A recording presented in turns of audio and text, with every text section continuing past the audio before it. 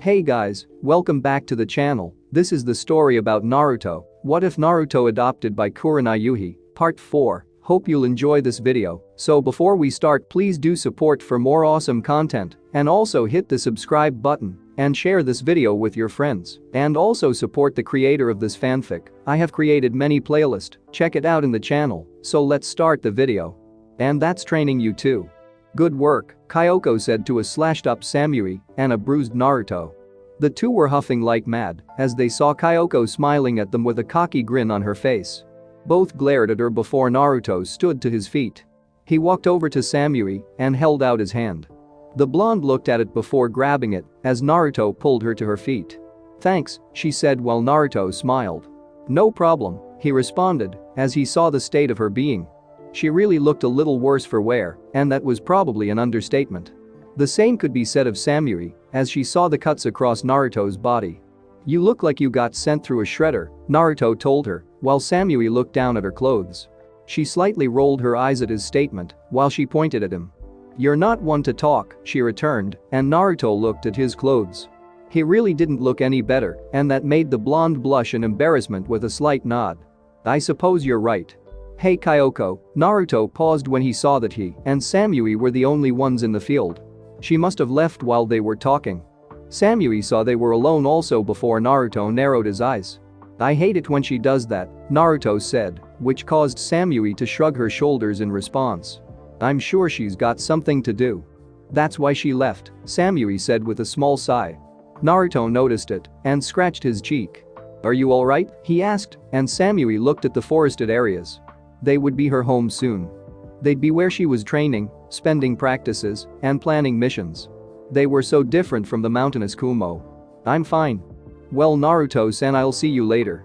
"Stay cool," she said walking off, and Naruto could feel the lack of enthusiasm in her voice. He narrowed his eyes before he left the field also. Streets. Naruto walked the streets of Konoha as he was alone. His team had no missions due to his and Samui's training together. He'd have one tomorrow. He knew that much for sure, but he also wondered how his friends would react when they found out that he was going to get married. That would be the shocker of a lifetime for them all. Now that he thought about it, how would Samui react when she learned that he was a Jinchuriki? He'd rather not be rejected just for that. He could only hope that she wasn't like other people. "Great, that's one thing in my head that I didn't need," Naruto thought to himself before he saw people running towards him. He squinted his eyes before he gulped. He saw all his friends charging at him, and the blonde was about to run before he was immediately caught in a shadow possession by Shikamaru. "Traitor," Naruto yelled while Shikamaru rubbed the back of his head with a small sigh. Kiba grabbed Naruto's collar while he moved in front of his face. "Is it true, man? Are you really engaged to someone from Kumo?" Kiba asked while Sasuke, Ino, Sakura, Choji, and oddly enough Shino wanted to know also. Naruto rubbed the back of his head before he nodded, making everyone gasp as Kiba dropped Naruto to the ground. They all seemed surprised and shocked or at the very least confused. Why would Kumo have a political marriage with Naruto? "Normally you do it to the last of a clan to help with restoration," Sakura said while Ino smacked her over the head, making the pink-haired girl growl. "Damn it, Ino Baka, what was that for?" she asked while Ino glared at her. "Shut up, forehead. If they want to do a political marriage to one of our sexiest shinobi, then why should they?" Ino asked, and Naruto raised an eyebrow while Sasuke sighed. Since the two were the ruling guys who had the most fangirls, which was oddly enough even right down the middle. They were called the two sexiest male academy students. It was weird to try and get used to that, but it was the way things went.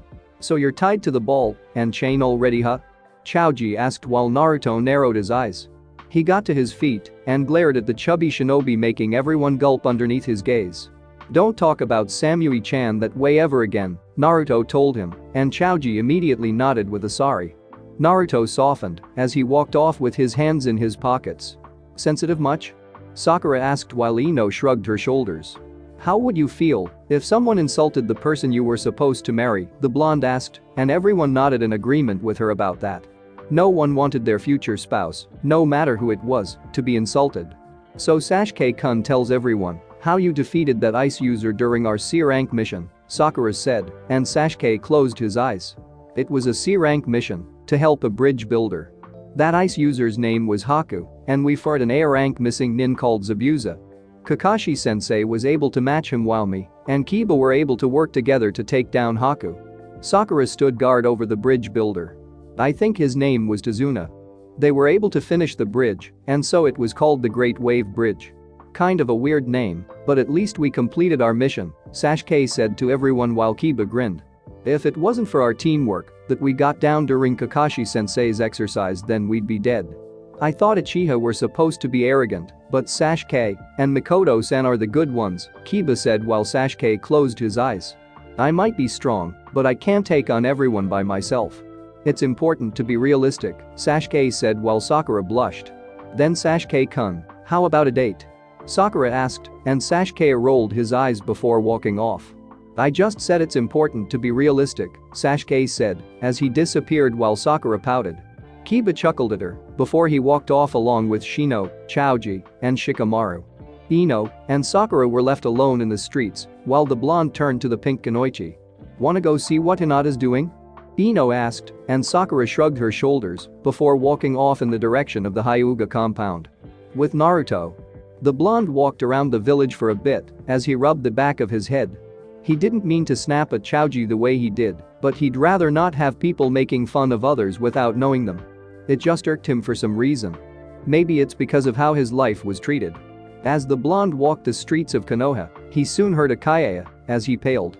The blonde gulped as he turned around.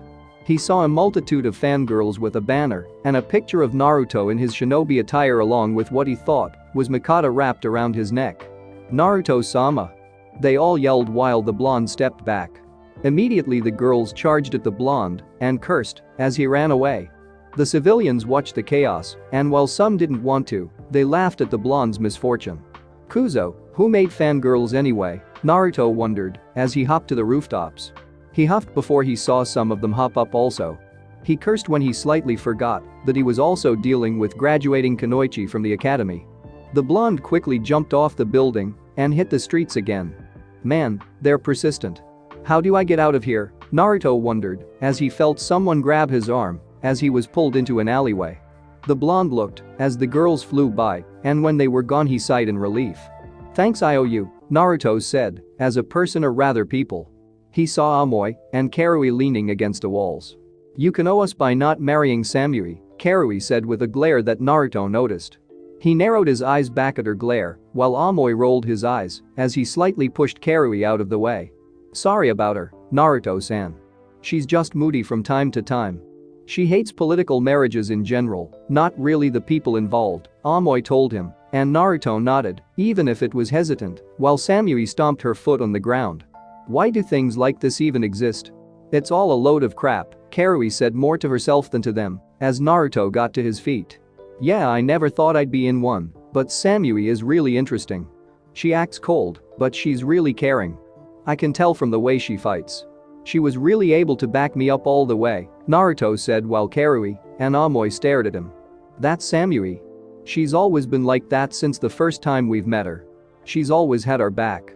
We know that.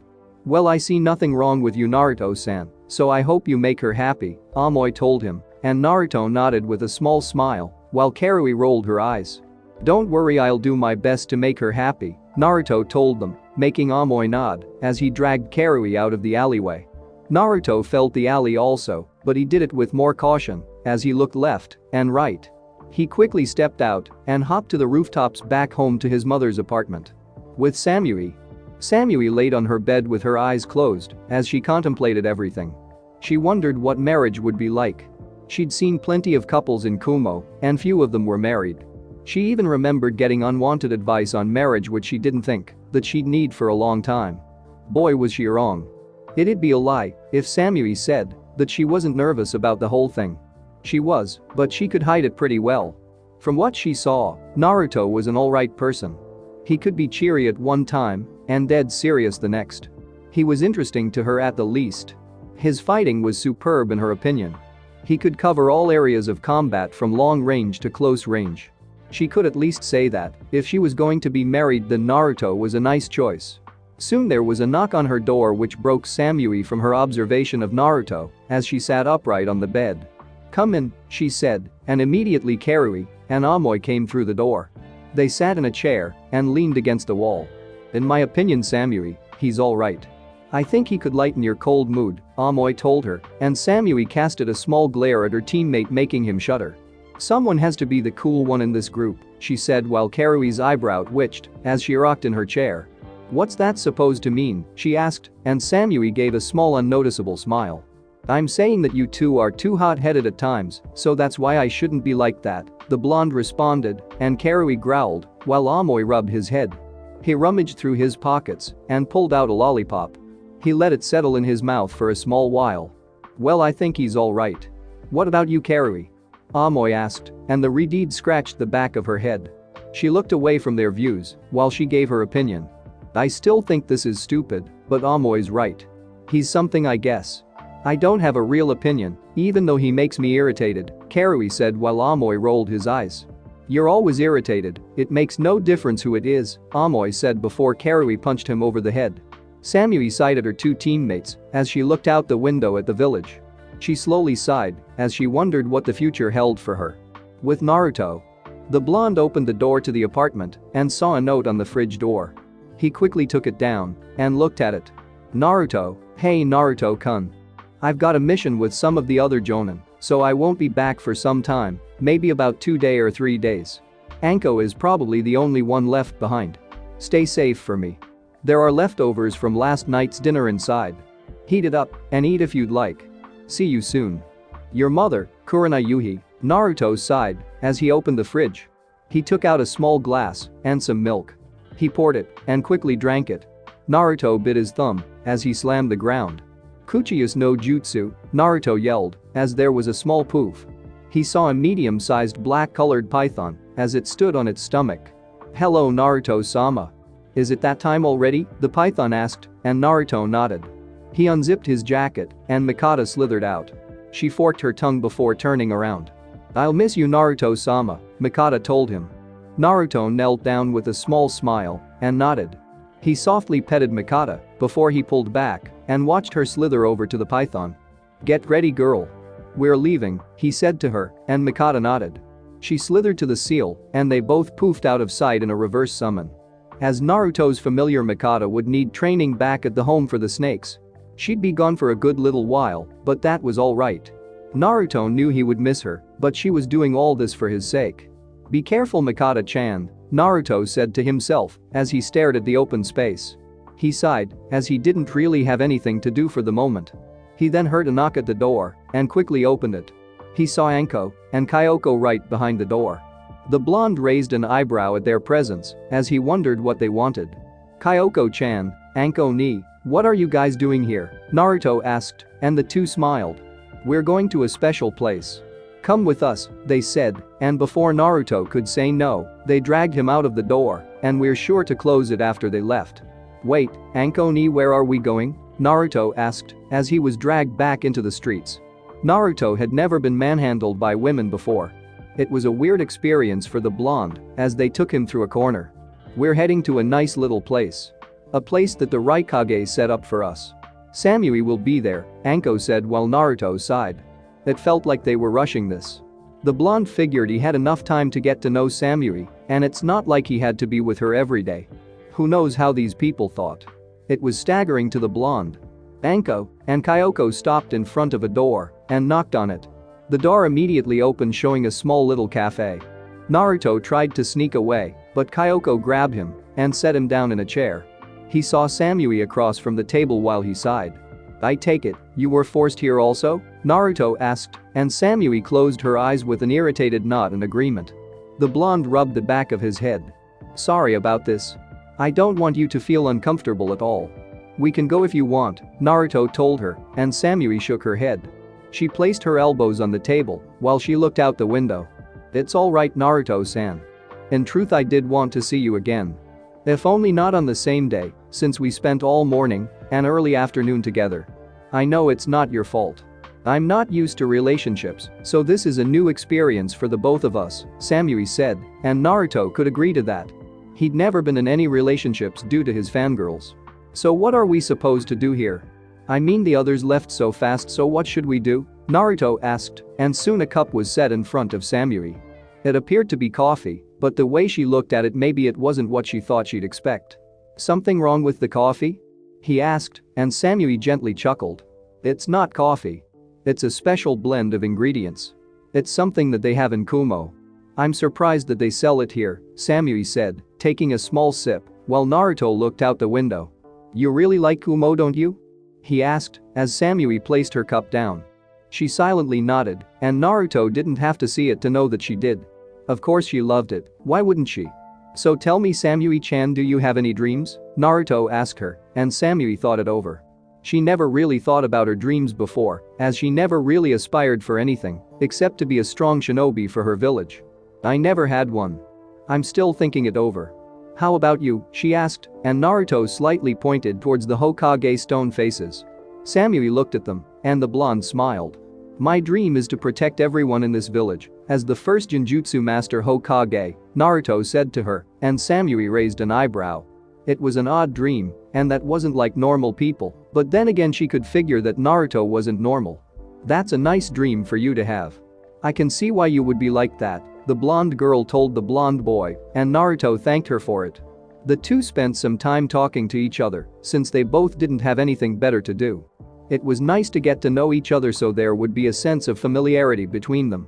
As far as they knew, they weren't strangers anymore, but friends were a bit of a wall they hadn't come to yet. So for now they were acquaintances. Samui got up from her seat finally and sighed. Well, I'll see you later, Naruto-san. It was nice talking to you, Samui told him, and Naruto nodded. He got up and left just as easily. Anko, Kyoko, and A sighed as they closed their eyes. That could have gone better, don't you think? Kyoko asked, and Anko nodded in agreement. Well, in any case, they know each other. Let's give them some space for now, before they both explode in front of us, A said, making Anko and Kyoko agree. Well, we've got a mission tomorrow, so that works out well for us, Anko responded with a nod, while Kyoko rolled her eyes. Well, that's good for you, but I've got to be teaching brats about swords and the like. Sigh, I guess I'll head to the blacksmith to check out my sword.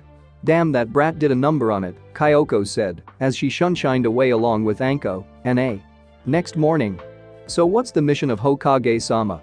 Anko asked, and Saratobi pulled out a scroll. He handed it to them, and they all looked at it. This is a mission from the land of iron, more precisely the place where samurai dwell nowadays, Saratobi said, and Naruto grinned. That'd be the chance to get some good medals and upgrade his Kodachi if he could. He'd heard that the people who made weapons there were on par with the 7 swordsmen of the mist. Kyoko could attest to that, as she said she'd been to the land of iron before.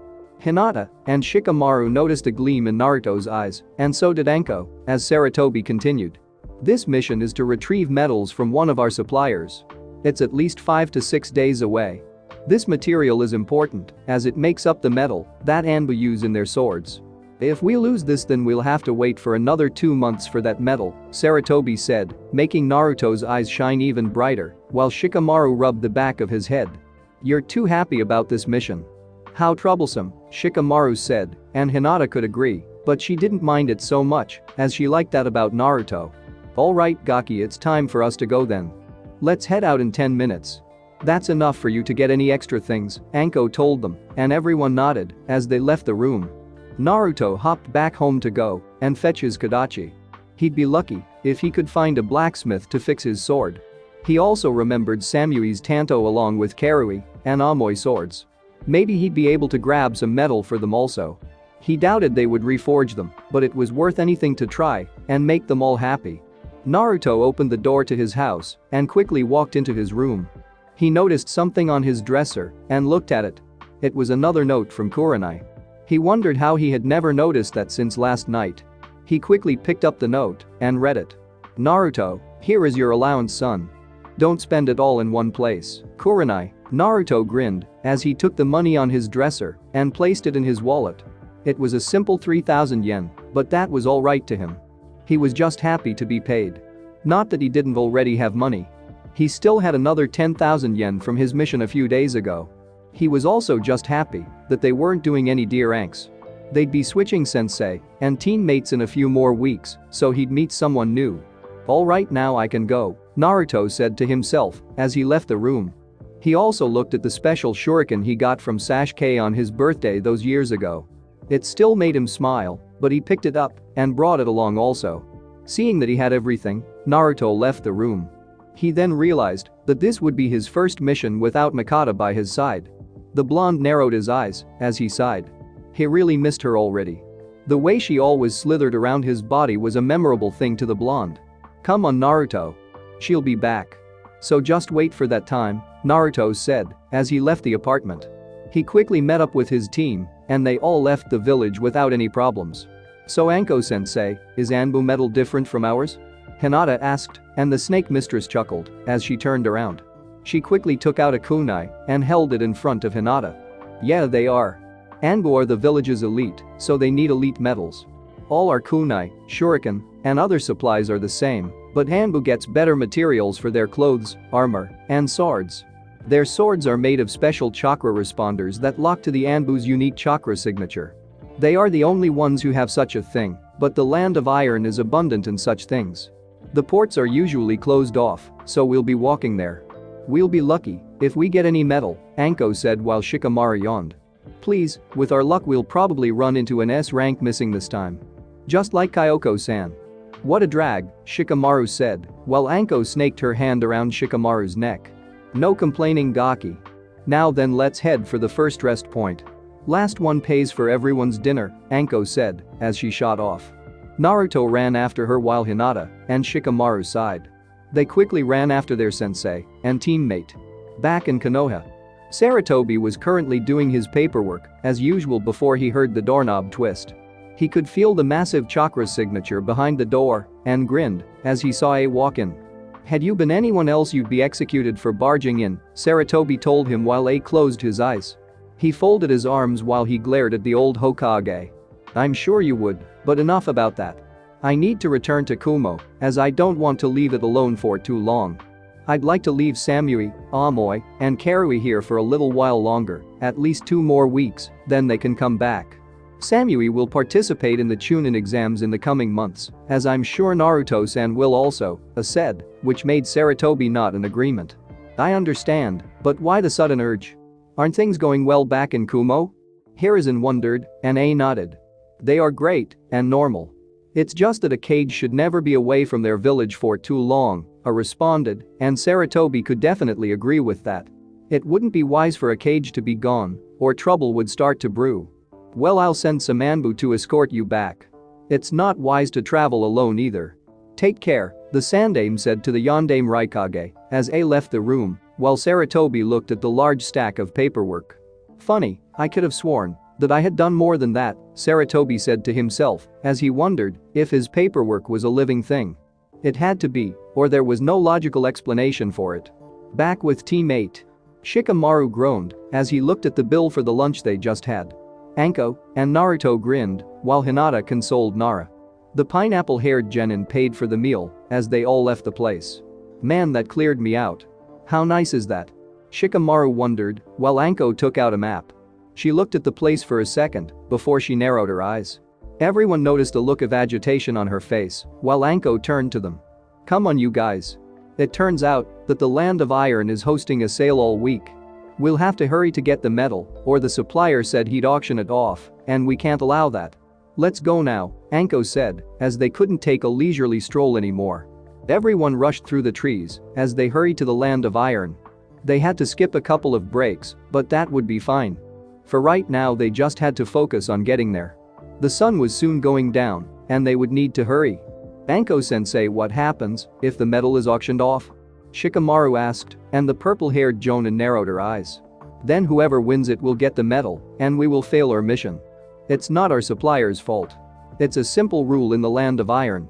During the special events you sell all of your high-quality items to all the people who are willing to pay for them. If we don't collect our things now, then we'll have to wait for another 2 months to get supplies, and knowing how the Anbu are with missions, then you can see the weight of it all, can't you? Anko asked Naruto, Shikamaru, and Hinata to nod. How did you know that they were holding a sale? Naruto asked, and Anko pulled out a book. She gave it to Naruto, and the blonde took it. Hinata and Shikamaru closed in next to him, with the former giving a small blush, but wanted to see also. They looked at the Land of Iron book that told about specific dates and events that would be happening from now into 2 years.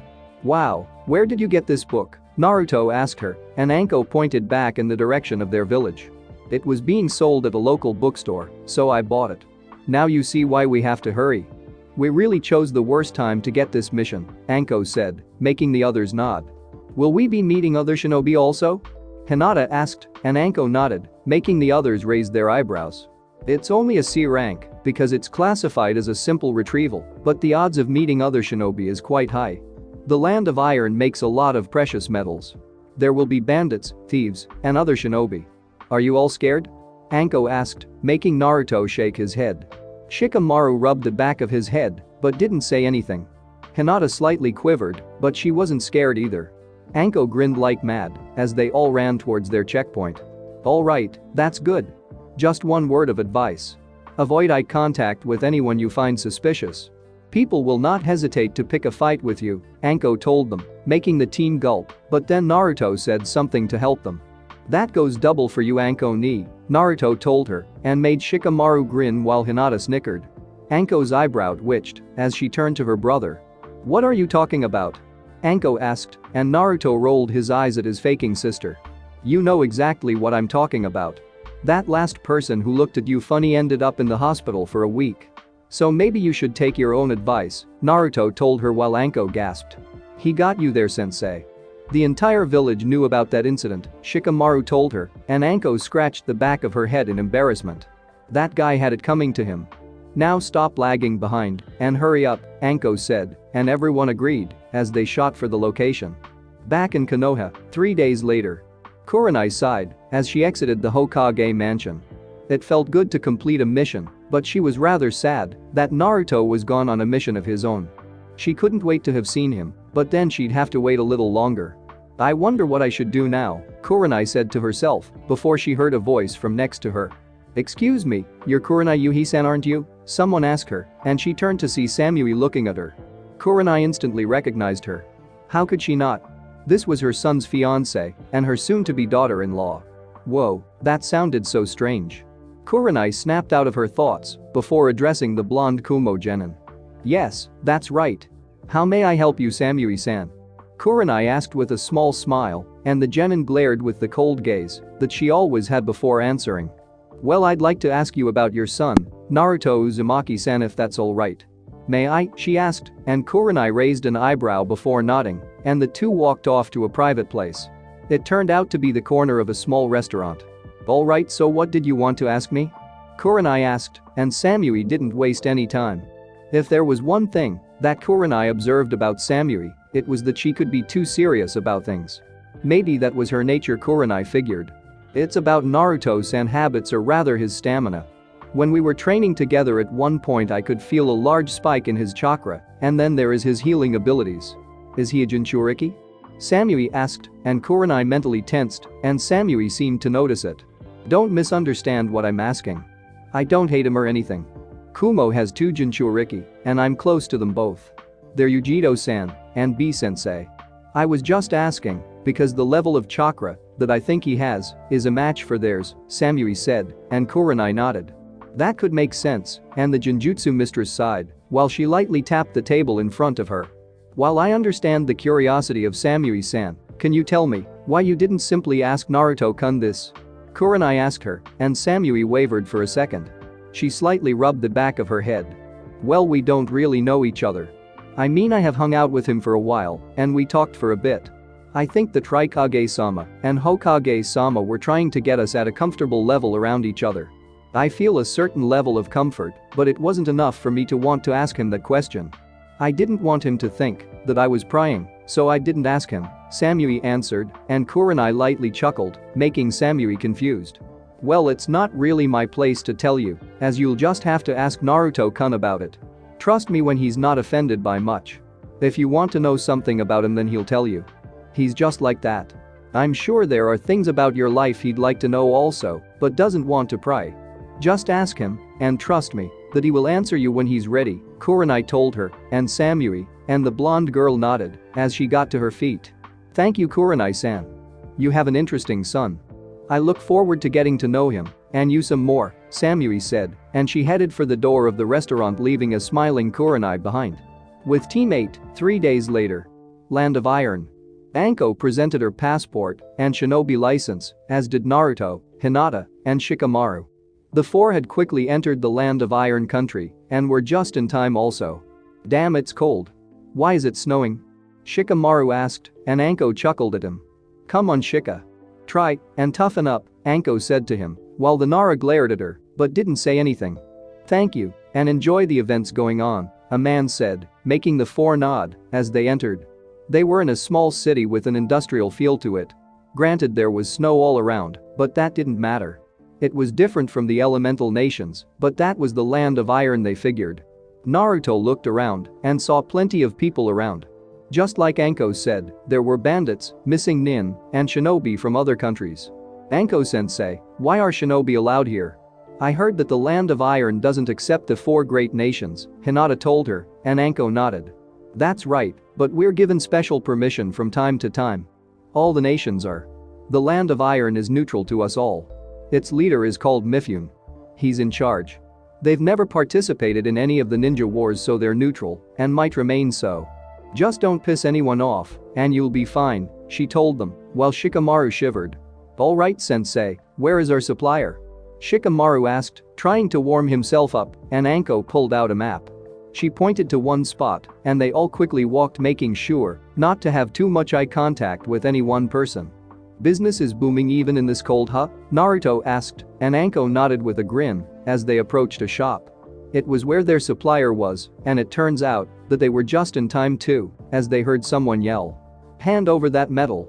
No one's coming, so it's their loss if they don't take it now and have it over, a big man with a long sword on his back said to the supplier. I'm sorry, sir, but you're going to have to wait 10 more minutes, and if the Konoha shinobi don't take it, then it is yours, but I will wait until those 10 minutes are up, down to the last second, he said, and the big man grumbled with a small nod as he folded his arms. Well, you don't have to wait anymore, as we are here. Sorry to keep you waiting, Anko said, and the man turned to see the four people at the door. Konoha, I presume? He asked, and Anko nodded with a small gleam in her eye, while the man widened his own eyes. Anko, Naruto, Shikamaru, and Hinata came forward.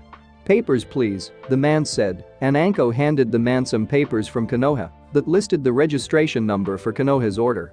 Thank you for your services. Do you have the money? The man asked, and Anko nodded, but then the larger man slammed the counter.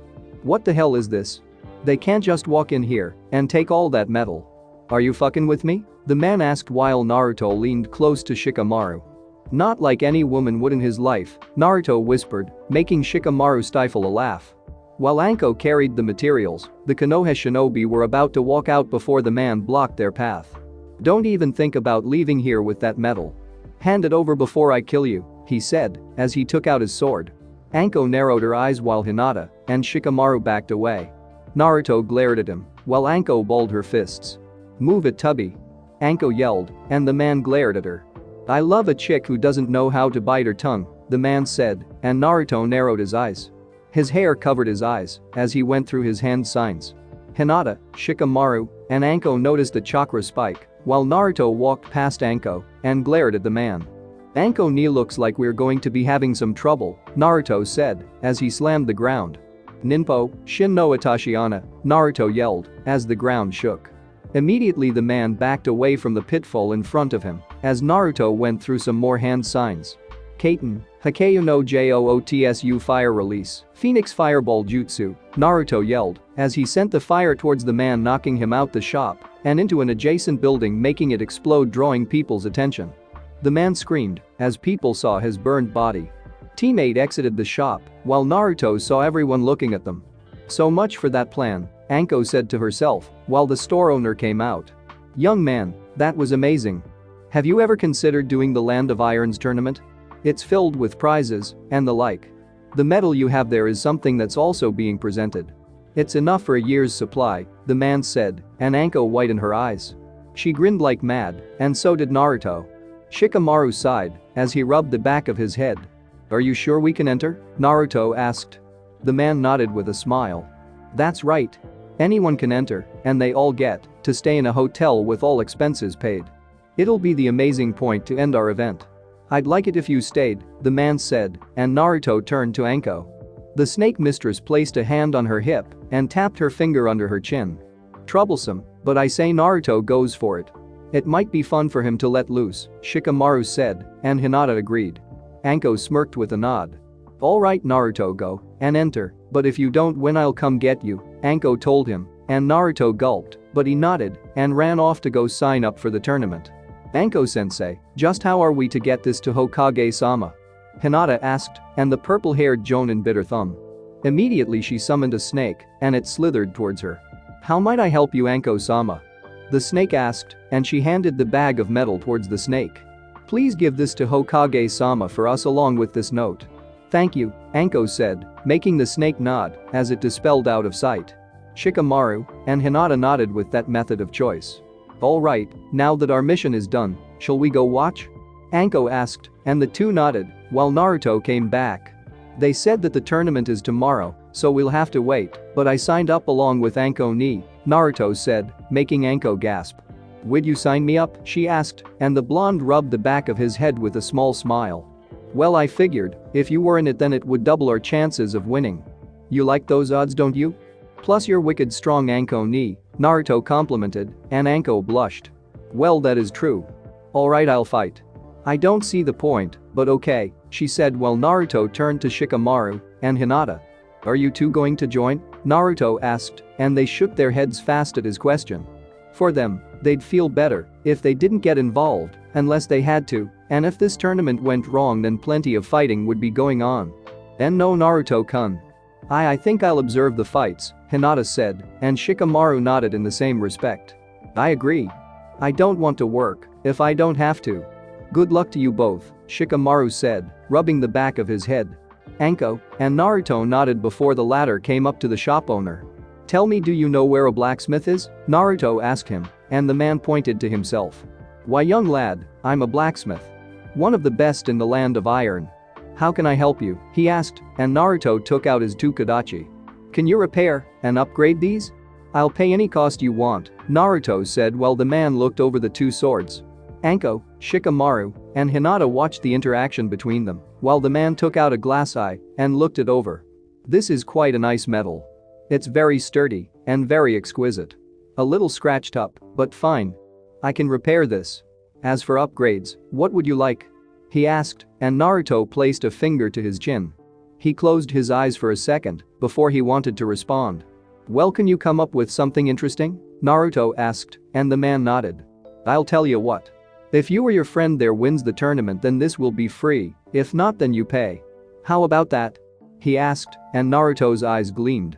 "You got it, Oji-san," Naruto said to him as the two shook hands. Naruto then rummaged through his pockets and pulled out some of the metal that they just got from the supplier. "Anko ni, we still have some metal left over," Naruto told her, and Anko looked it over. She saw it was a fairly medium-sized piece. Nothing that would make a difference to the other types that she sent. "Use it then." "It's nothing serious," Anko told him, and Naruto gave it to the old man. "Please upgrade my swords using this metal if you can," Naruto told him, and the old blacksmith smirked as he rubbed his two hands together. "Understood, sir," he said while Naruto and the others left, but then the blonde turned around. "Hey, can you tell me your name?" Naruto asked him, and the man pointed to himself. "My name is Muramasa, young one." "Who are you?" he asked, and Naruto gave a thumbs up. "I'm Naruto Yuhi Uzumaki. The next Hokage of Konoha," Naruto said as teammate left the shop. The man chuckled to himself as he walked over to a picture. There was a boy in his teens with a sword on his back. He was more or less glaring with a serious face while Muramasa chuckled. "If only you could be as lively as him then you'd be a great ninja," Muramasa said before he rolled up his sleeves and began to work over Naruto's kodachi before he saw someone else open the door. The person was obviously female, but she had a hood over her head. She had violet hair as she wore a small kimono dress. She wore some high-heeled boots while she came inside. "Good day, Muramasa-san. How are you today?" the girl asked. She was about Naruto's age, maybe a year younger. "Well, I haven't seen you in a while." "I've been well." "It's good to see you also," Muramasa said as the girl took a glance at the kodachi. "Are you a collector of short blades now?" she asked while Muramasa held up Naruto's swords as he gave a chuckle. "No, I'm not. Just met the most interesting young man. He likes these blades like you. He's entering the tournament here in the Land of Iron, Muramasa told her, while the hooded girl gave a small smile. I see that nice. Maybe I'll enter just to see what he's like. Also Ryu-sama sent you this, she said, handing him a scroll. Muramasa took the scroll and smiled. Well, thank you. Do you want some blacksmithing done also? He asked, and the girl placed her kodachi on the counter. Please, and thank you. Now to see who this person is that has got you so interested. What's his name? She asked, and Muramasa gave an elderly laugh. His name is Naruto Yuhi Uzumaki. You should watch him closely. He's good, Muramasa said while the violent girl stepped out of the shop. I noticed a bit. Well, hope you watch, as I'll be winning that tournament, she said, leaving in a swift manner. Muramasa chuckled at her while he placed her kodachi next to Naruto's. Looks like I'll have to hope that those two fight. It'll be quite interesting to see who wins, Muramasa said to himself before he got back to work. Hokage Mansion. Sarutobi was finished with his work before a poof came on his table. He looked to see a medium-sized snake on his desk with a scroll. Greetings, as Hokage-sama. This is from Anko-sama. Bye-bye, the snake said as it disappeared. Sarutobi looked at the scroll and unsealed it. Immediately precious metal from the Land of Iron fell to the ground and he gasped when a note fell to the floor with it. He raised an eyebrow before he quickly picked up. Hokage-sama, Anko here, Hokage-sama. We've sent you the medal that was for our mission. We'd be on our way back, but Naruto, as we know him, entered a tournament and the prize is a year's supply of this same medal, as well as some other things. We'll be back soon, just to let you know. Please forward the money and success of the mission to our accounts. Please, and thank you. Snake Mistress, Anko Mitarashi. Sarutobi stopped as he looked over the note.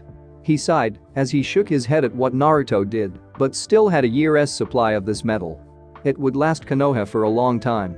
Also, this was fine, as long as they all obeyed the Land of Iron's rules. Sarutobi could only wonder if Mifune would do something stupid.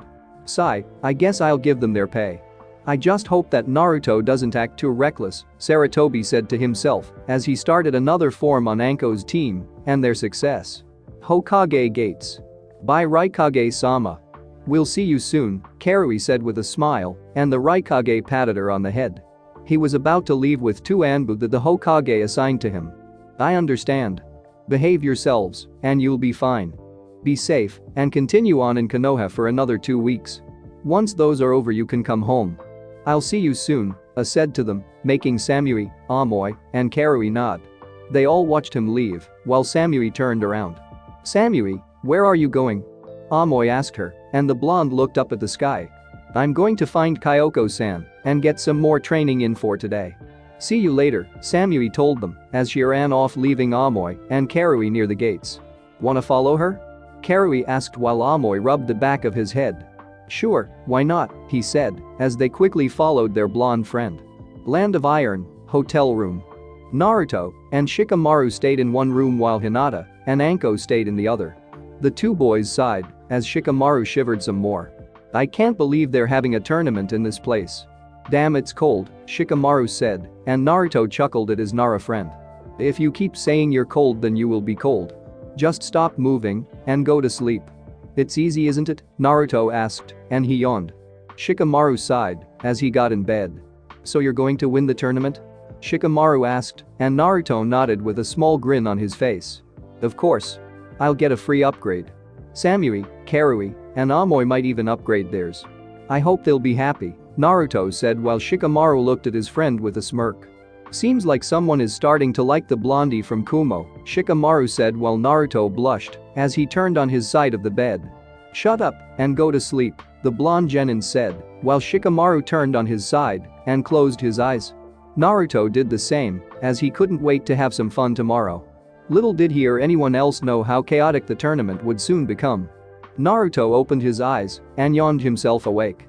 He looked out the window and he noticed that it was still snowing. He sighed before jumping out of bed. Due to the snow and cold, Naruto had no idea what time it was, though he could figure that out later. Right now he has a tournament to win. The blonde took a quick shower and got dressed in a red shirt, black pants, and black jacket. He turned to see Shikamaru still sleeping and sighed. Come on, Shikamaru. Time to get up. If you don't wake up on your own then Anko-ni will do it, and you know how much of a drag that will be, Naruto told him, and almost immediately Shikamaru lazily raised his body and scratched the back of his head with an annoyed sigh. Alright, I'm up. Is it even morning yet? Shikamaru asked, and Naruto shrugged his shoulders since he didn't know. Shikamaru cursed under his breath before the two boys heard a knock on their door. The knob twisted, and to their surprise Anko and Hinata showed up. Good morning Gaki. Time to wake up, Anko told them, while Shikamaru hopped to his feet while Naruto packed his pouches. So what time's the Anko-ni tournament? Naruto asked, and Anko pulled out a small pamphlet that was in her pocket. She opened it for a little while and then just as easily closed it. It starts immediately at 12 in the afternoon. We still have about 3 hours before the thing starts, so let's get going so we can have some breakfast. It'll also be the perfect chance to get you all into some good chakra exercises, Anko said while Shikamaru went into the shower to wash up. Well, that's good. I can't wait to have some fun. Just imagine all those prizes, Naruto said while Anko shook her head at him. Well, good luck Naruto-kun, Hinata told him, and the blonde smiled with a nod. Well, let's get some breakfast and then we'll get started. Shikamaru can catch up to us, Anko said to them, and everyone nodded as they left. Breakfast was rather uneventful, but it was nice. The entire team had sat in silence while they ate their food, but it was also nerve-wracking. So many people were inside the hotel room that it was ridiculous. Still, it gave Naruto the chance to scope out his competition. He saw a lot of people there, but he was actually interested in one of them who was sitting in a corner. It was obviously female, as she hid her face with the hood over her head. She ate in relative silence before she quickly got up and left the scene. Naruto could only wonder if she was in the tournament also, but he could dwell on that later. Somewhere outside, everyone was at the base of a small mountain while Anko threw a kunai up to the top of it. Alright guys, this is tougher than tree walking, so try and get up there. The ice is very slippery, so you'll need more refined chakra to give up there or else you'll slip and land in a pile of cold showers, Anko told them, and everyone sighed. They looked at the tall mountain while Naruto stepped forward. I guess I'll go first, unless you both want to try it, Naruto asked them, and Shikamaru shook his head while Hinata insisted that the blonde go first. Taking that suggestion, Naruto quickly got to the mountain bases and walked up it. He quickly started to run up the mountain while Hinata and Shikamaru watched him go up further before they heard Anko chuckle. This could be good. Naruto walked up even further before he quickly slipped and shifted his balance. The blonde gasped as he lost all sense of balance in his feet. Seeing no other option, Naruto quickly backflipped and skidded into the snow before looking up the mountain. Great, it really is slippery. A lot more than I actually thought it was. It'll be tough to get that thing up, Naruto said while Shikamaru held his head down. Not what I wanted to hear, but fine. I guess it's my turn, Nara said as he put his hands in his pockets. He put one foot to the mountain and started to walk up it, and only a few moments after did he come falling down into the snow, making Shikamaru shiver from the cold. Hinata didn't have a better time either as she fell into the snow, but Naruto could tell that she had doubted her abilities that time. Hinata's chakra control, in order to use the Gyuuken, had to be quite efficient. Naruto could honestly say that she had just as good chakra control as him, but due to her nature she fell down quite a few times. This entire practice continued for a good majority of an hour and a half. They still had another hour and a half to spend before they had to be at the tournament. Alright, that was good. You are all covered in a mountain of snow, hehe, Anko said while everyone settled for glaring at her but didn't say anything since they were too busy having to keep their teeth from chattering. Now then, the best way to get you to keep from getting cold is to have a good old-fashioned spar. All three of you against me. How about it? Anko asked, but she didn't need a reply as Naruto threw a kunai at her. She quickly dodged it before Shikamaru threw a shuriken at her also. Anko sidestepped it and held her hands up. I didn't say we could start yet, Anko told them before she saw the madness in everyone's eyes. The snake mistress carefully backed away while Naruto got to his feet. Do you want to spar with Anko-ni? Then you'll get it, he said as he crossed his fingers. Kage Bunshin no Jutsu, Naruto yelled, making 3 clones. Shikamaru took out 6 kunai strapped to some wire while Hinata went through her family's hand signs. Byakugan, she yelled while Anko gulped. She held her hands up again in defense and sweat dropped. Okay, they are all pissed off badly. I only hope I live to see you again, Night-chan, Anko said mentally as her team charged at her with rage in their eyes. Back in the town. Come on, are you all still mad at me? Anko asked while everyone stayed silent, making the snake mistress sigh. Oh come on. It was all in the interest of training. Besides, you'll see results from extreme conditions like this, Anko said while everyone turned to her. Shikamaru and Hinata whispered in Naruto's ears. The blonde nodded and turned to Anko. We want you to treat us to dinner, Naruto said, making the two nod while Anko narrowed her eyes at them all. Are you negotiating with me? She asked, and they nodded, while the purple-haired Anbu growled underneath her breath about ungrateful students, but she nodded, making the three of them smile at her. Alright, now that that's settled, we can head to the arena. Let's go, Anko ni. Be sure to watch us from the stands, you guys, Naruto said as he dragged Anko off, leaving Shikamaru and Hinata alone. He's not going to hold out, you know, Nara said while the Hyuga heiress lightly giggled. Yeah, but that's just like Naruto-kun, don't you think? She asked, and Shikamaru could agree with that as they walked off towards the arena. Back in Konoha, Samui, Karui, and Amoy walked the streets of Konoha and simply looked around the village. They were still learning a lot about the place, and they all settled real nice with it. Getting used to the hot temperature here, Amoy said while Karui rubbed her head with a small sigh. I don't want to get used to it. Not much has been going around. We're not Konoha shinobi, so we don't really have any missions. Sigh, where is that blonde idiot? Karui asked while Amoy snickered. Maybe he has a mission. Are you missing him?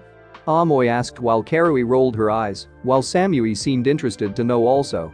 Kami, no, I'm not. It's just at least I can start an argument with the guy. I'll at least say that he's interesting. Nothing like Samui though, Karui answered, making the blonde genin turn around. Are you saying that I'm not interesting? She asked, and Karui widened her eyes before holding her hands up in defense. No, Karui, I'm just making a comparison, Karui replied fast, while Samui rolled her eyes. She looked at them both before looking forward. Also, Karui, just so you know, Naruto is very strong. I can tell from the way he teamed up with me. He's definitely the real deal, Samui told them, making Amoy widen his eyes. You've never come to the aid of someone before. Are you seriously starting to like this guy? Amoy asked while Samui closed her eyes. Karui and Amoy waited for her response while Samui turned around. I wouldn't go that far. Let's just say that I've come to respect him a little more now, Samui said as she walked off as Karui and Amoy glanced at each other. She's really falling for him. How do you like that? Amoy asked while Karui threw her hands up in the air. Oh, what do I care about anymore? I don't know why the hell I worry over her, Karui said while Amoy turned to her and chuckled. I'm sure she knows that you mean well, but you have to admit that you've been rather mean to Naruto ever since we've arrived. Maybe you should try being nice to him. Samui doesn't seem to mind a marriage anymore, Amoy told Karui, and the redeed nodded. Yeah, you're right. I still don't like it, but I guess I could stand to be nicer, even if I don't think he's right for her, Karui said while Amoy walked forward. Keep that up, and people will think you like her, Amoy said before Karui slammed him into the ground with her fist. Don't you dare think that way ever again. Karui told him before Amoy picked himself up from the ground. Violent, as ever, huh? He asked while Karui fumed her aggression before looking to see Samui watching them. You two are too hot-headed for me. I wonder how I got along with you for so long, she said while Karui rolled her eyes. Please, we've been together since before the academy. You know you like having us around, Karui returned while Samui placed a hand on her hip like she was thinking over those words. Well, like I said, someone has to be the mature one in this group, Samui said before they saw people walking towards them as they talked with each other. I'm telling you, I can't believe Naruto's getting married. He's such a lucky dog, a boy with a dog on his head said to a pink-haired girl and a brunette-looking boy. Amoy, Karui, and Samui raised their eyebrows while the pink-haired girl snickered. It was Sasuke, Kiba, and Sakura if Samui remembered right.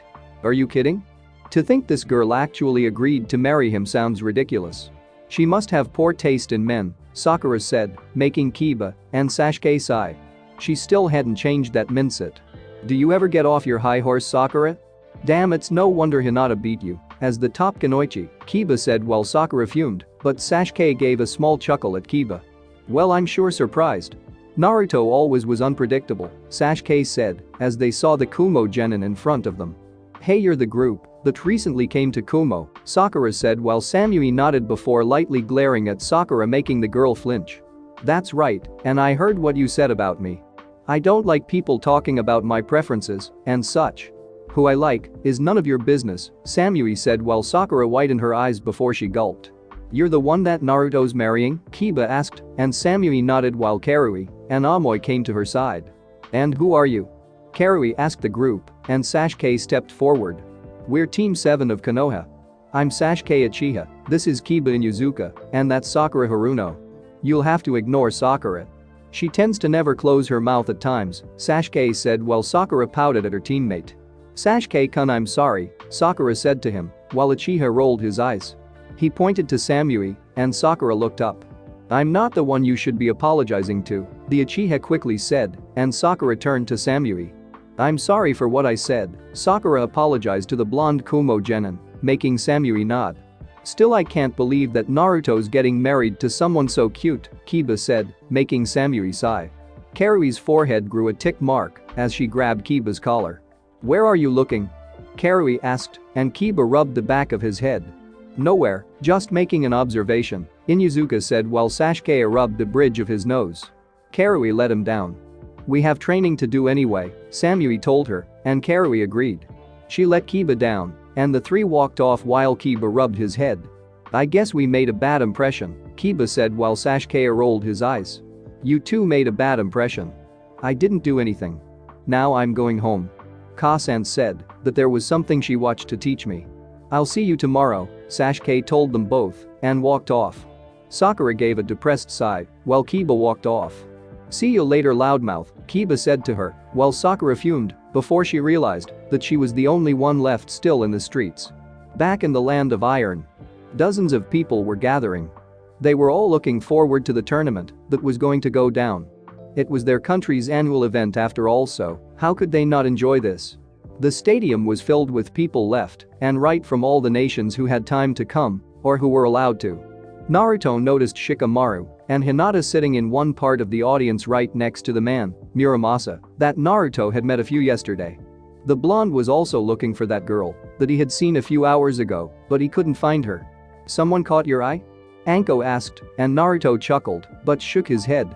He then turned to see that there were some types of heaters near the stadium. Must have been to keep people warm in the cold weather. No, nobody in particular, he finally answered before everyone saw what they thought to be the leader of the land of iron appear. Anko immediately knew the man.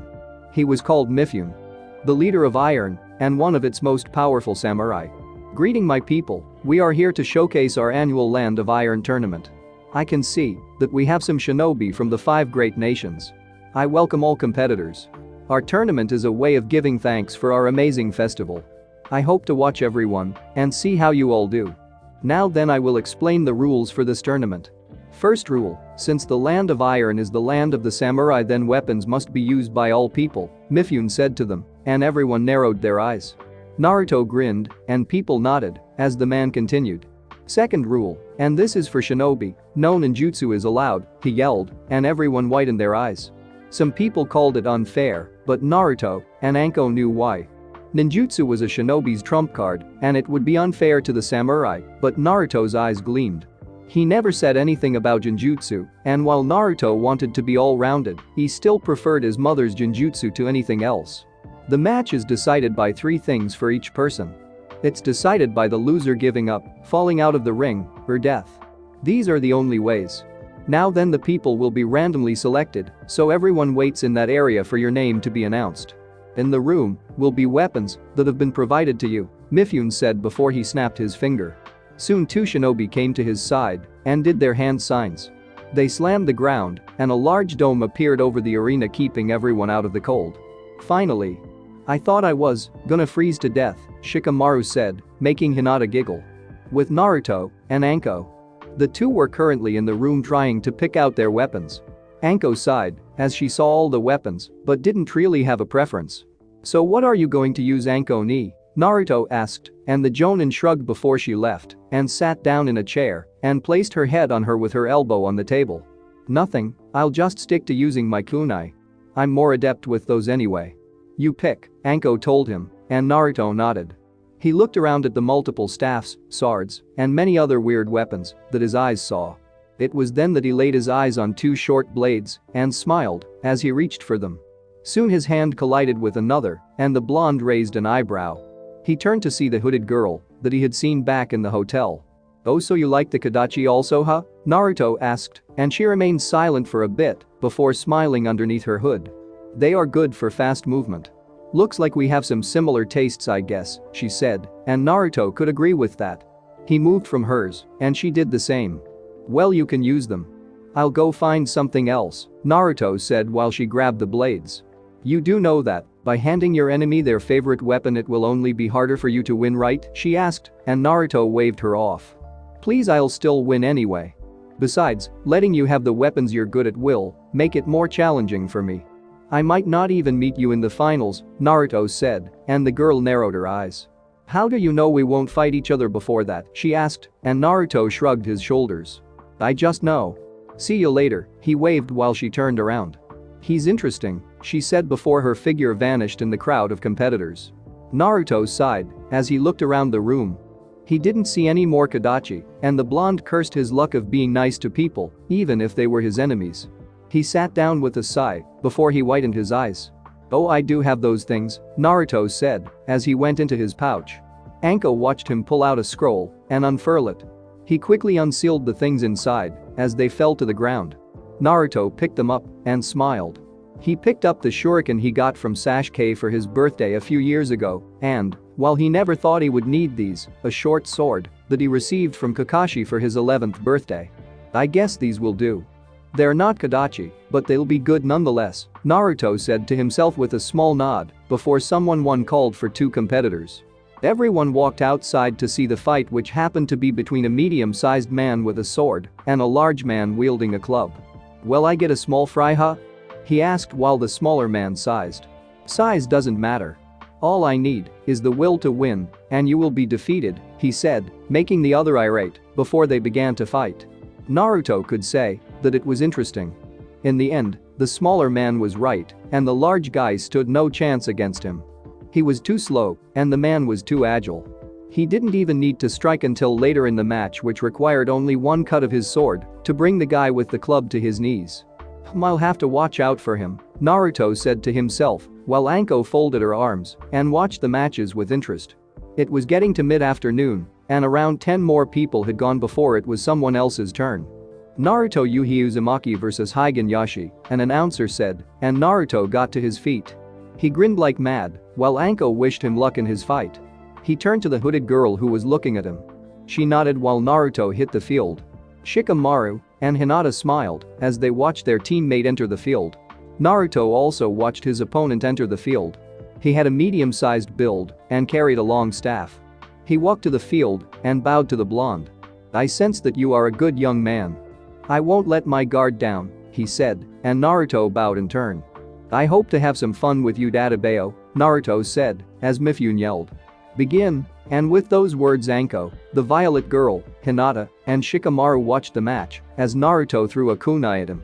Higan quickly parried it with his staff, knocking it over the edge of the platform. "Nice aim, but futile," he said as he jumped in the air. Naruto cursed as he backflipped away just in time to avoid a staff strike that slammed the ground. The blonde cursed as he crossed his fingers but stopped.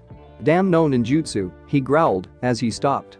He quickly pulled out his sword and charged at Higan. The man twirled his staff in his hands as he blocked Naruto's strike. The blonde growled at the man before he was targeted for a kick.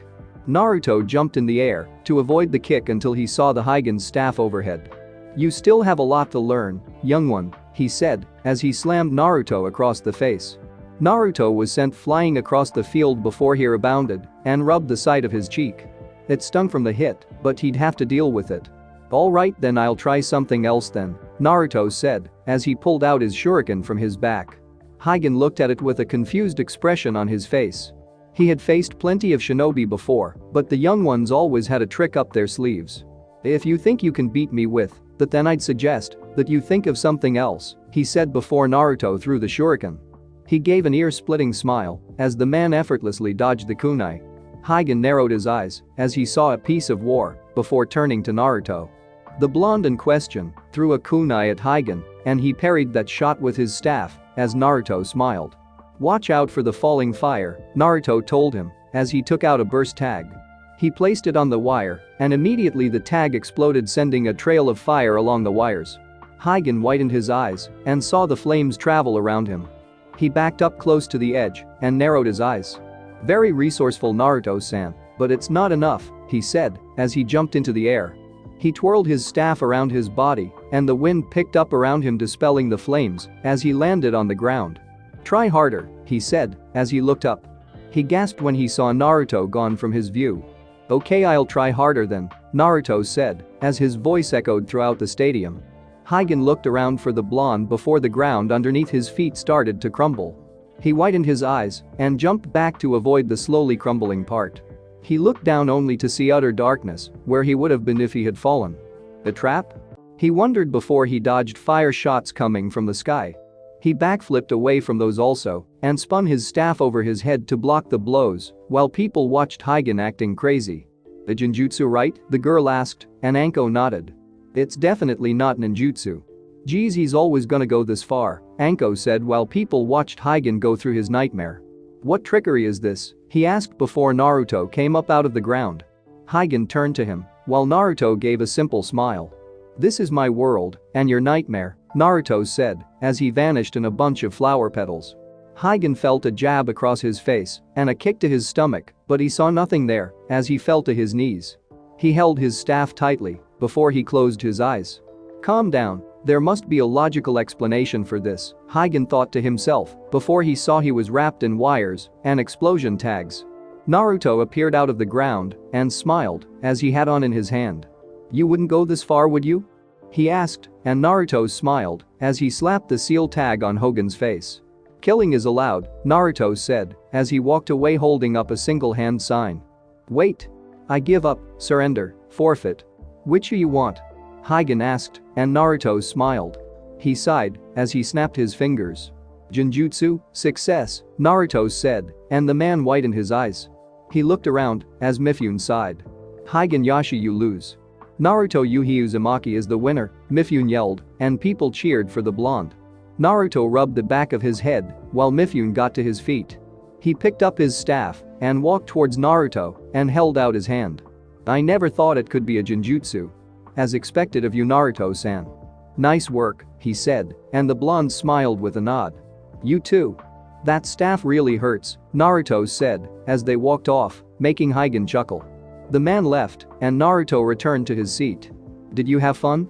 Anko asked, and Naruto nodded with a small smile on his face. "Well, that's nice and all, but be sure to fight next time." "I do want to see my little brother show off his skills," Anko said, and Naruto nodded that he would the next time. Meanwhile, Muramasa turned towards Hinata and Shikamaru. "That young one is rather talented. To perfectly plan his attack and act accordingly. He's quite remarkable for his age," Muramasa said, and Shikamaru rolled his eyes. "I don't think the words Naruto and plan go together, but he is a very talented and troublesome teammate. Only he would use Genjutsu to win a fight where ninjutsu wasn't allowed," Shikamaru said while Hinata agreed. Muramasa gave an elderly laugh and nodded. "However, I want you all to pay close attention to who comes up next," he said ominously, making Hinata and Shikamaru look at each other in a confused manner while Mifune got to his feet again. "Ayane Tengu vs Hiroshi Tsuchi," Mifune said, and immediately the hooded girl stood to her feet. Naruto watched her and narrowed his eyes. "So her name was Ayane, huh? I hope you win so I can see you in the finals," Naruto told her as Ayane removed her hood. Just like Naruto thought, she was a 13-year-old girl with light skin and violet-colored hair.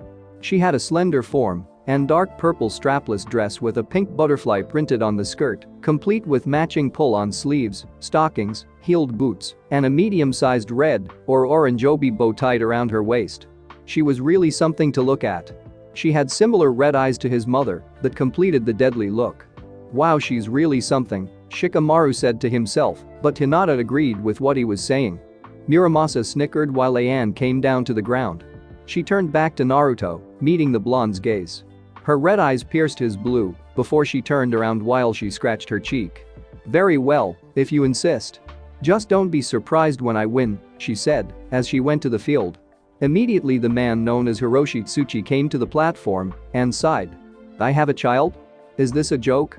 he asked while Ayane placed a hand on her hip while she gave a small air of annoyance on her face. "Just keep thinking that," Ayane thought to herself while Mifune held out his hand. "Begin," he yelled, and Ayane quickly took out the two Kodachi that she and Naruto had encountered together for the first time. She took a small glance at him, and the blonde was watching with a small smile on his face. Ayane turned her head back to see Hiroshi running at her. The purple-haired girl narrowed her eyes before jumping over him easily. "Was that too fast for you? Then I'll slow it down for you," she said as she ran at him. Hiroshi threw a kunai at Ayane, but she easily parried it with her Kodachi and continued running. She got right into his face as Hiroshi met the reddest eyes he had ever seen. "What are you?" he asked before Ayane spun her body and kicked Hiroshi across the platform. Ayane dropped to the ground before she moved her hand behind her back and threw a kunai at Hiroshi. The man had only recovered enough to see it coming and parried the weapon before Ayane appeared behind him. She quickly tried to slash at him, but Hiroshi blocked her short sword, but it was a fluke as Ayane lowered her body and did a sweep kick underneath Hiroshi's feet. The man fell to the ground with a loud thud to the ground. Ayane quickly backed away from him while Naruto gasped. "She's good. A lot better than I thought she was," Naruto said as he remained captivated by her skills. Anko chuckled at her little brother while Shikamaru and Hinata were in awe. "Man, she's really good. She could really give Naruto a run for his money," Shikamaru said while Hinata activated her Byakugan. "Her chakra is so relaxed and stable. It's not showing any aggression or anger at all. I wonder who she is," Hinata said while Muramasa watched Ayane fighting. "Looks like Naruto-san did something to you, Ayane. Normally you only fight to prove yourself, but now you're fighting to win and show up to someone else. I wonder who that could be," Tucci thought with a smile on his face while Ayane brushed her hair. "Are you done yet?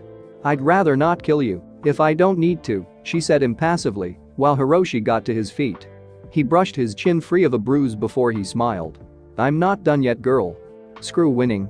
I just want to kill you right now," Hiroshi said as he went through his hand signs. Naruto widened his eyes while Ayane narrowed her one. Mifune glared while Hiroshi yelled.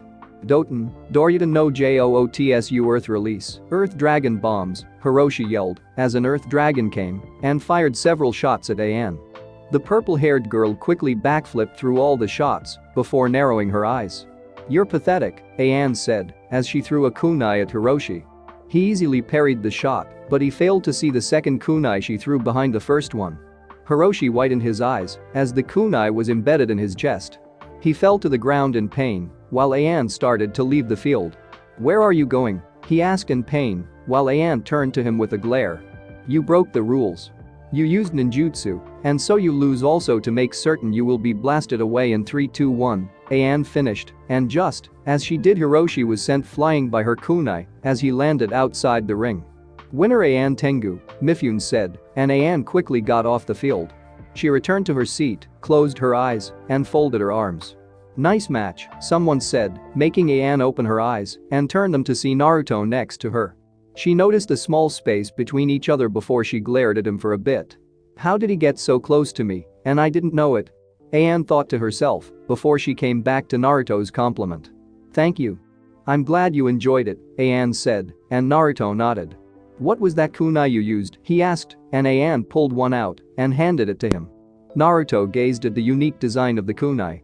"It's similar to your explosion kunai, only I call them incendiary kunai. They serve the same purpose, I suppose," she said, and Naruto nodded. "That's cool that you know so much. Even though you held back in the fight you seemed like you were enjoying yourself," Naruto told her, and Ayane settled for keeping her eyes closed. "You're too close," she said, and the blonde apologized before backing up slightly. "Sorry about that, so where did you train?" "You've got some awesome moves," Naruto told her, and Ayane looked at the stadium where she was watching two other people fight it out before going over Naruto's question. "I normally wouldn't say, but I guess I'll tell you. I trained in the Mugen Tenshin Ninjutsu, or more precisely the Hajinmon style." "Is that it for your questions?" she asked, and Naruto smiled with a nod as he got to his feet. "Yes, sorry to have bothered you," Naruto told her before Ayane opened her eyes. She watched him leave before saying something. "So what about you? Where and what do you train in?" Ayane asked, and Naruto turned around. I train in Konohagakure no Seido. As to what I train in, it's the Genjutsu arts and Hibi-style Taijutsu, Naruto said, walking off while Ayane closed her eyes. Well, he's interesting, just like Muramasa-san said he was, Ayane thought before she decided to think about something else. With Naruto sat back down next to Anko, and the Jonin smiled at him. Naruto wondered what she was so happy about before Anko nudged his shoulder. So did you have a good talk? She asked while Naruto rolled his eyes at her. What are you talking about? It was just a talk about how she fights, Naruto said, and Anko simply nodded with a small smile on her face. Sure you were. Well, it's my turn, so watch me fight, Anko told him, and Naruto nodded. Anko's fight was rather short. She mopped the floor with the guy she fought, and she quickly pushed him out of the ring easily. It was like nothing Naruto had ever seen, or rather something that no one should have seen. It was really embarrassing for the man. Anko, don't you think that was rather fast? Naruto asked, and Anko waved him off. I don't have the time to waste on these small people. I'll fight seriously in the later parts of the tournament. Just know that, if I face you then it's going to be a good little fight, Anko said, licking her lips while Naruto's sweat dropped. That's not good for me at all, Naruto thought with a small gulp on his face. The rest of the tournament was rather nice, and some not so nice. People were disqualified for either cheating or breaking the rules. Quite a few people made it past the first day.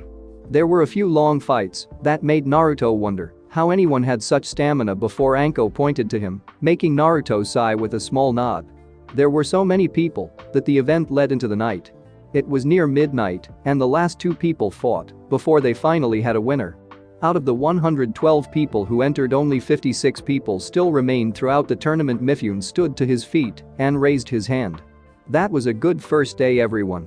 Competitors are to return to their places of rest, and we will continue tomorrow afternoon. Get some rest and prepare for the next day, Mifune said, and people sighed as they all got to their feet and began to file out. But, he continued, stopping everyone from leaving. Know that tomorrow's part will be different from today's. You will all know of the term endurance. Rest well, Mifune said as he left the room. Everyone murmured amongst themselves about what he could mean by that. Ayane quickly wrapped herself in her cloak and walked out of the dome while Naruto and Anko met up with the rest of his team. So how do you think we did? Naruto asked while Hinata and Shikamaru smiled. I think you did good till you got slapped around by that staff, but then you used Genjutsu to win. Sneaky trick, Shikamaru told him, and Naruto rubbed the back of his head. Anko-sensei, you're just plain scary with what you did to that one guy. I didn't know anyone could bend like that, Hinata said, remembering the act while Anko chuckled as she scratched her cheek. Did I really go that far? Anko asked while Naruto's sweat dropped. Most of the people left out of fear of you, Naruto told her, and Anko chuckled as she rubbed the back of her head before the others saw Muramasa arrive. So I take it, you had fun, boy? He asked, and Naruto nodded with a small smile on his face. I sure did. I can't wait for tomorrow. Even if it is late, Naruto said, yawning, and soon after him were Shikamaru and Hinata. Everyone was tired from watching, and Anko sighed. Alright team, let's go back to the hotel immediately. We'll go to bed and get ready for tomorrow, Anko told them, and everyone agreed with her as they walked off, but Muramasa pulled Naruto back. What's the matter with Muramasa OG?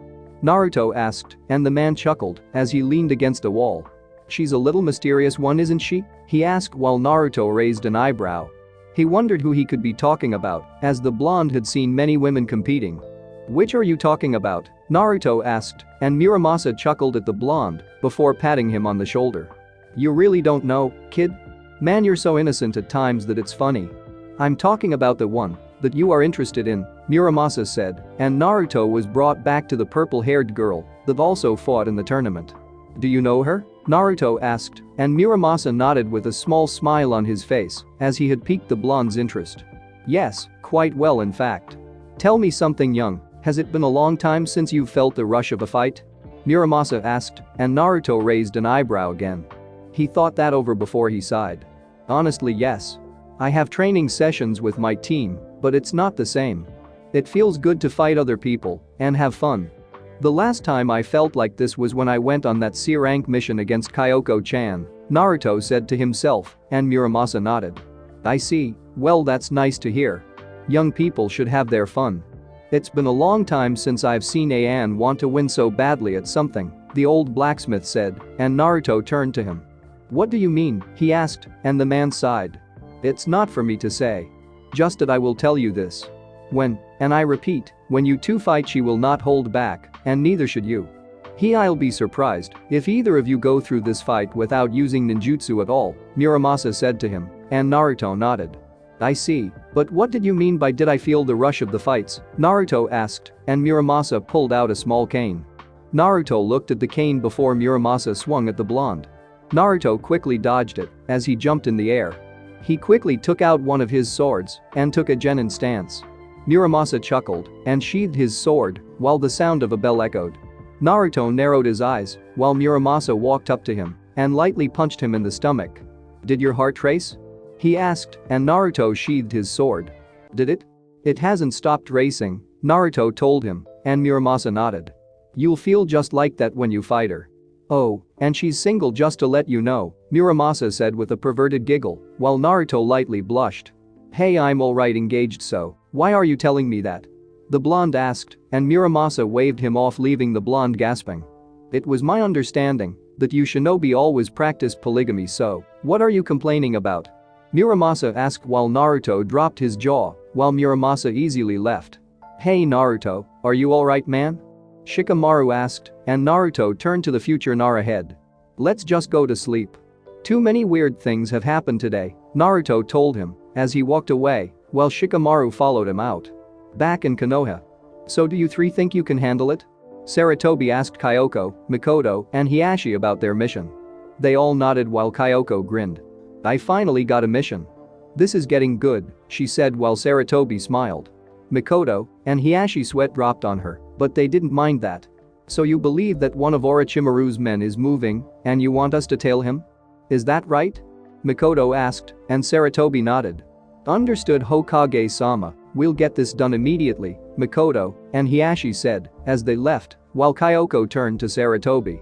What makes you think he'll target the up and coming Chunin exams? Kyoko asked, and Sarutobi puffed his pipe for a bit. Because he'll do anything to get back at Konoha, and the place where tons of shinobi gather in one village will be too much temptation for him not to try. Besides that, I just have a feeling that he will, Sarutobi said, and Kyoko nodded. You better not do anything stupid like risking your life or dying after you fight him. Besides, I have a score to settle with his ass myself, Kyoko said, and Sarutobi chuckled at her. Leave it to Kyoko to know everyone that she came across. What did he do to you? Sarutobi asked, and Kyoko looked at the ground. I'd rather not talk about it. Well, I'll get going, old man, Kyoko said as she quickly left the room while Sarutobi sighed in his chair. There was so much that he didn't know about Kyoko, and yet he could tell that she was the loyal type. At least to those who weren't power hungry. He really had to have a calming talk with her one of these days. It was then that the door opened and Sarutobi looked up. He sighed as he rubbed his head at who it was. So I guess traveling has gotten boring for you to come back this early? Sarutobi asked, and a white-haired man rubbed the back of his head. Yeah, I missed the place a little bit. By the way, who was that blue-haired cutie that just left? She was freaking hot, the man said while Sarutobi sighed. That was Kyoko Fura, and she was an A-rank missing nin. So what where you step Jiraiya, the old Hokage said to the man, and Jiraiya sighed. For the sake of research, no risk is too great, Jiraiya said, flexing his hands in a weird way, while Sarutobi shook his head. Well, that's not the only reason I'm back anyway. So tell me how the brat is doing, Jiraiya asked, and Sarutobi grinned like mad at the question. Brat? What brats are you talking about? He asked while Jiraiya slammed the table. Don't give me that, Sarutobi-sensei. How is Naruto? Is he alright? Jiraiya asked, and Sarutobi massaged his beard while he turned around. Naruto-kun? Oh, he's fine. Better than fine actually. He made quite a name for himself as a genin, Hiruzen said, and Jiraiya folded his arms. Right, well, can I see him? Jiraiya asked, but Sarutobi only shrugged his shoulders before the old Hokage went back to signing papers and documents, as usual. Well, you'll have to take it up with his mother, Sarutobi said, and Jiraiya raised an eyebrow. As far as he knew, Naruto's mother was gone, so he wondered what Sarutobi could mean by that. What do you mean by his mother? Jiraiya asked, and Sarutobi snickered. Do you know what people call Naruto-kun? Sarutobi asked, and Jiraiya shook his head. The Sandaime snickered at Jiraiya's cluelessness, making the Sannin even more irate. What do they call him? Is it something bad, or what? He asked, and Sarutobi calmed down. Once you hear this name then you will know who his mother is, Sarutobi said, and Jiraiya raised an eyebrow. Naruto-kun, due to his gaze at people, has recently been called the Ice Fox of Konoha, Sarutobi said, and Jiraiya narrowed his eyes. Ice Fox of Konoha? No one has a name like that, except for Jiraiya widened his eyes, and he gulped. Sarutobi watched him squirm, as the Sannin fell to the floor. The Ice Queen of Konoha? Kurenai Yuhi? She adopted Naruto? Jiraiya asked, and Sarutobi nodded, making the white-haired man gulp. But she hates everything I stand for. I'll never get to see him. How did she adopt him? Jiraiya asked, and Sarutobi suggested that Jiraiya pull up a seat. The Sannin did so, and Sarutobi sighed. It all started when? Back in the Land of Iron, Stadium, afternoon. Naruto sat with Anko again, as they watched people fight, but they were more interested in something else. It wasn't the people fighting, rather it was what they were fighting on. Everyone who had come to this tournament knew about chakra and knew how to use it, well, a lot more than a few did anyway. The platform was remodeled to shift positions every 15 minutes. Going from flat down to diagonal, upside down, diagonal, and then upside down again. It was some kind of jutsu that no one knew, but they weren't complaining at all, especially the shinobi who had experience in fighting in strange ways. Naruto could see the two fighting and saw how it was hard to keep chakra added to the feet while moving to fight at the same time. Mifune was a real genius to come up with something like this. They seemed to be struggling, Naruto said while Anko had snickered at the fight. It was probably the most amusing thing she had ever done in such a long time. No kidding. If they don't give out from the fight then they exhaust chakra. It's a real speed battle, Anko said while Naruto turned his head. What do you think? He asked Ayane, who was sitting a few feet behind him. The purple-haired girl sighed while she leaned her head on one arm. Definitely exhausting for those who don't have experience. Try not to lose when it's your turn, she said with her eyes closed.